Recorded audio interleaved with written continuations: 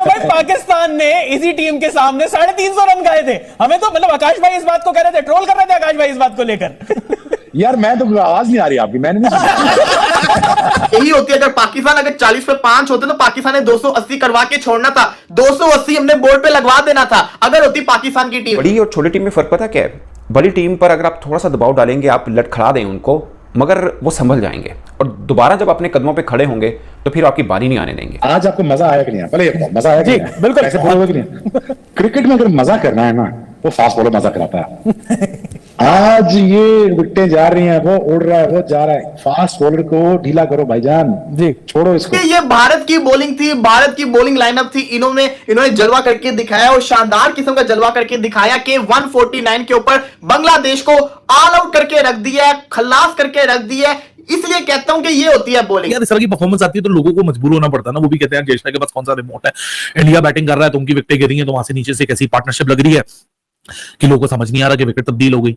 यहाँ पर जब इंडिया निकल के बॉलिंग करने आ रहा है तो पहले 25-1 पे 3 विकेटें गिर रही हैं, उसके बाद थोड़ी सा पार्टनरशिप लग रही है, फिर विकेटें गिर रही हैं, तो लोग बोल रहे हैं यार ये क्या। और मेरे ख्याल से आज इंडिया ने ये प्रूव किया है कि हम बॉलिंग साइड है, क्योंकि आज से पहले हिंदुस्तान में ये बिलीव नहीं करता था कि हिंदुस्तान की जो बॉलिंग साइड है ये किसी टीम को आउट कर सकती है। लगा कि शायद जिस तरीके से 26 पे 6 थे, मेहदी हसन मिराज और लितुन दास ने पाकिस्तान के अगेंस्ट पार्टनरशिप लगाई थी, इसी तरीके से इंडिया को भी फेंटा लगेगा, इंडिया के अगेंस्ट भी ये लोग पार्टनरशिप लगाएंगे और हम जो कहते हैं ना कहेंगे कि जैसे हमारे साथ हुआ वैसे इनके साथ हुआ। लेकिन भाई साहब ये इंडिया है, यहाँ पे इनके पास एक से बढ़ के एक बॉलर मौजूद है। ने अपनी मॉडस ऑपरेंडी तब्दील की।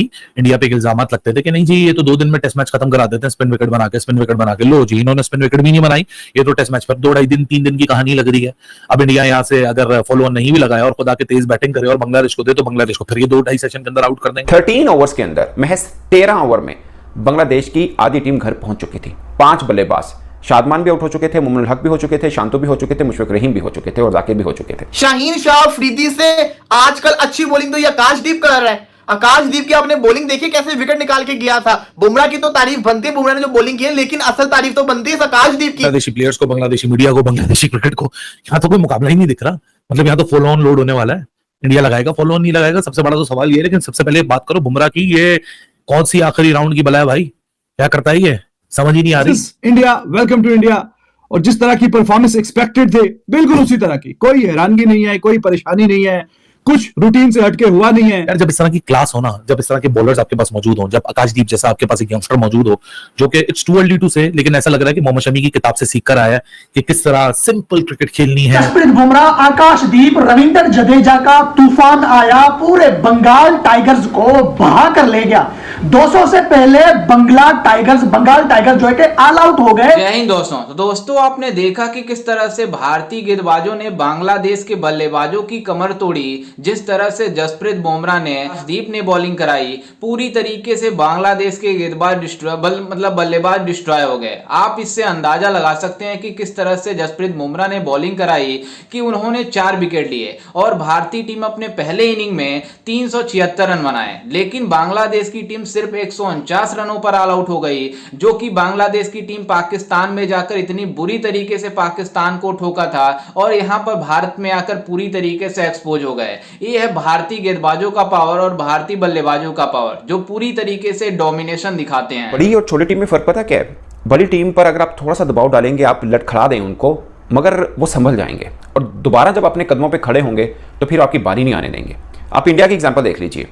आप बांग्लादेश ने अच्छी बॉलिंग की पहले स्पेल के अंदर, अगर हम पहले दिन की बात करें 34 पर उन्होंने 3 आउट कर लिए थे, उसके बाद 146 पर 6 आउट थे, मगर उसके बाद आई डोंट थिंक सो कि आउट ऑफ सिलेबस आए अश्विन, बट अश्विन ने अच्छी इनिंग खेली, जडेजा ने अच्छी इनिंग खेली, मगर दूसरे दिन का आगाज बेहतर कर लिया, बांग्लादेश ने ज़्यादा लंबा स्कोर नहीं जाने दिया। फिर क्या हुआ, जब इंडिया की बारी आई, बुमराह ने पहले ही ओवर में विकेट निकाली, फिर 9वें ओवर के अंदर आकाशदीप ने लगातार 2 विकेट्स ली। 13 ओवर्स के अंदर महज 13 ओवर में बांग्लादेश की आधी टीम घर पहुंच चुकी थी। 5 बल्लेबाज, शादमान भी आउट हो चुके थे, मुमनुल हक भी हो चुके थे, शांतु भी हो चुके थे, मुशफिक रहीम भी हो चुके थे और जाकिर भी हो चुके थे।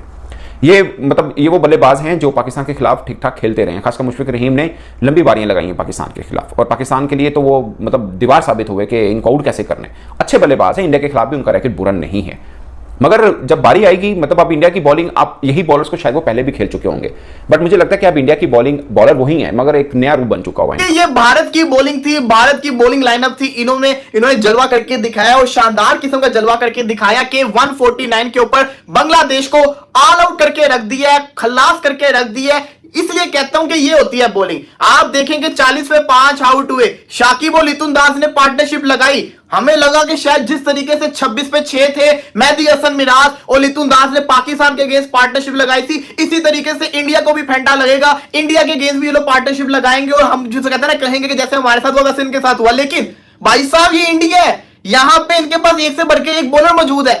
जडेजा उस पॉइंट के ऊपर आया कि उसने दोनों को उखाड़ के रख दिया, लितुन दास को भी उसने उखाड़ दिया, शाकिब उल हसन को भी उखाड़ दिया। खाली यहां पे एक बॉलर नहीं चलता, यहां पे हर बॉलर परफॉर्मेंस करके दिखाता है। अभी मैं बुमराह के ऊपर आऊंगा, बुमराह तो अखीर लेवल का हाई क्लास बॉलर है ना। ओ भाई साहब, जो सही जिसने इंप्रेस किया वो तो आकाशदीप साहब, आपके जिसको कहते हैं शाहीन शाह अफरीदी से आजकल अच्छी बॉलिंग तो ये आकाशदीप कर रहा है। आकाशदीप की आपने बॉलिंग देखी कैसे विकेट निकाल के गया था। बुमराह की तो तारीफ बनती है, बुमराह ने जो बॉलिंग की, लेकिन असल तारीफ तो बनती है आकाशदीप की। इंडिया ने अपनी मॉडस ऑपरेंडी तब्दील की। इंडिया पे इल्जाम लगते थे कि नहीं जी ये तो 2 दिन में टेस्ट मैच खत्म करा देते हैं स्पिन विकेट बना के। लो जी, इन्होंने स्पिन विकेट भी नहीं बनाई, ये तो टेस्ट मैच पर 2-2.5 दिन 3 दिन की कहानी लग रही है। अब इंडिया यहाँ से अगर फॉलो नहीं भी लगाया और खुदा के तेज बैटिंग करे और बांग्लादेश को दे, तो बांग्लादेश को फिर ये 2-2.5 सेशन के अंदर आउट कर देंगे, तो फिर 3 दिन के अंदर ये टेस्ट मैच खत्म हो जाएगा।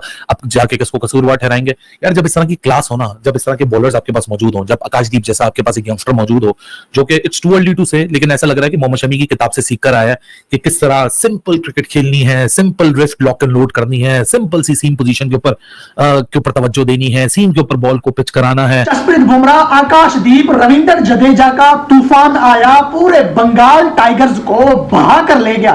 200 से पहले बंगाल टाइगर्स जो है कि ऑल आउट हो गए। बुमराह, जडेजा, आकाशदीप और मोहम्मद सिराज के सामने जो बांग्लादेशी बेचारे इंडिया को ऑल आउट करना था 200 पे, खुद ऑल आउट हो गए। 200 से पहले इंडिया को 150 पे ऑल आउट करना था, इंडिया ने तो भाई 370 प्लस बना दिए, लेकिन खुद जो है कि 200 से पहले ऑल आउट हो गए। इंडिया के 33 पे 3 विकेटें और जो है कि 146 पे 6 विकेटें गिराने के बाद भी इंडिया ने आज 371-74 पे जो है कि इंडिया की टीम ऑल आउट हो गई। जैसा कि आपने वीडियो में देखा कि किस तरह से पाकिस्तानी मीडिया भारतीय टीम के इस शानदार प्रदर्शन को लेकर काफी ज्यादा तारीफें कर रही है। वहीं आपको बता दें कि जिस तरह से गेंदबाजी में जसप्रीत बुमराह ने अपना जलवा दिखाया, उन्होंने शानदार गेंदबाजी कराते हुए 4 विकेट झटके। लेकिन आपको बता दें कि आकाशदीप, मोहम्मद सिराज ने काफी जबरदस्त बॉलिंग कराई और उन लोगों ने 2-2 विकेट लिए और पूरी बांग्लादेश की टीम सिर्फ 149 रन बनाई और ऑल आउट हो गई।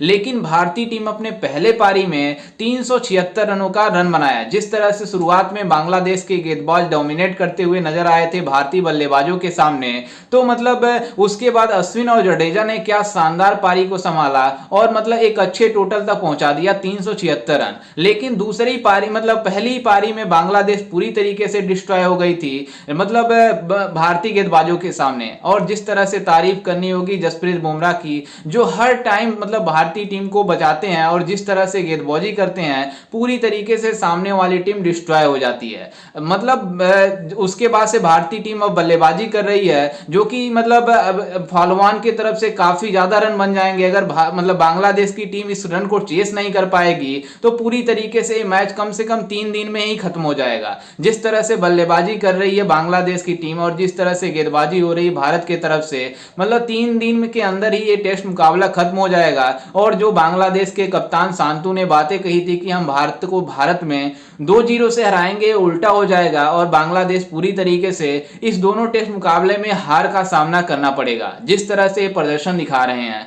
खैर, इस पर आपकी क्या राय है और आपको क्या लगता है कि कौन सी मतलब किस दिन कल मैच खत्म हो जाएगा या चौथे दिन तक मैच जाएगा? हमें अपनी राय कमेंट में जरूर दीजिएगा और साथ ही हमारे चैनल को भी सब्सक्राइब जरूर कीजिएगा। मिलते हैं किसी अन्य वीडियो में, तब तक के लिए जय हिंद, वंदे मातरम।